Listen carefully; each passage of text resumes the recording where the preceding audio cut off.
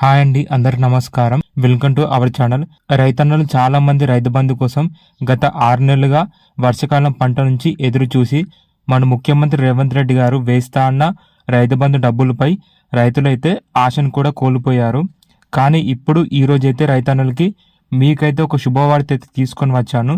మన ముఖ్యమంత్రి రేవంత్ రెడ్డి గారు ఈ సంక్రాంతి సందర్భంగా రైతు బంధు డబ్బులు మీ ఖాతాలో జమ చేస్తామని మొన్న రైతు బంధు మీటింగ్ లో చెప్పడం జరిగింది.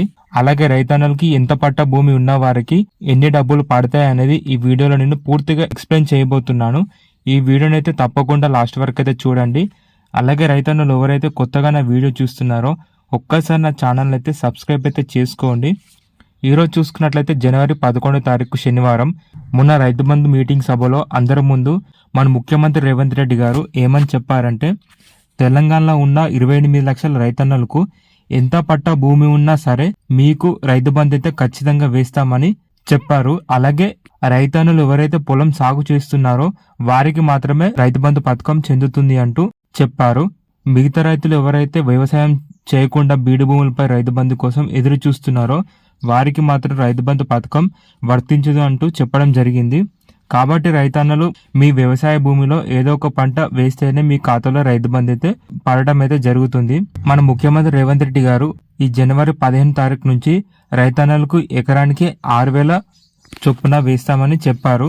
చెప్పాలంటే కొత్తగా వచ్చిన కాంగ్రెస్ ప్రభుత్వం ఎలక్షన్ల ముందు రైతులందరికీ ఎకరానికి 7,500 చొప్పున వేస్తామని చెప్పారు. కానీ ఇప్పుడు ఎలక్షన్లో గెలిచిన తర్వాత ఎకరానికి 6,000 మాత్రమే వేస్తున్నారు. ఇది రైతులని మోసం చేస్తున్నారని చెప్పాలి.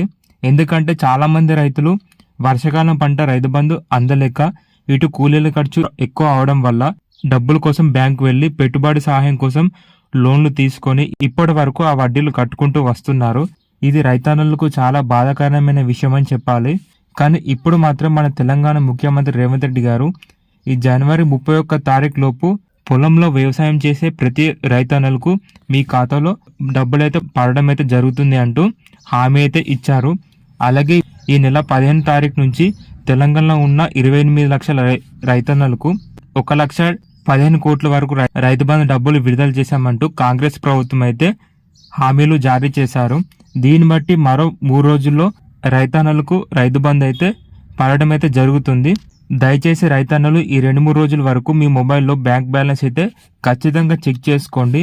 అలాగే మీ దగ్గరలో ఉన్న మీ బ్యాంక్ వెళ్ళి అకౌంట్ బ్యాలెన్స్ అయితే చూసుకోండి. మిగతా రైతులు ఎవరైతే రైతు బంధు పడని వాళ్ళు ఉన్నారో మీకు మాత్రం ఇలాంటి వీడియోస్ అయితే ఖచ్చితంగా యూజ్ అవుతాయండి. సో ఫ్రెండ్స్, నా ఛానల్ సబ్స్క్రైబ్ చేసుకొని నా వీడియోస్ని ఫాలో అవ్వండి.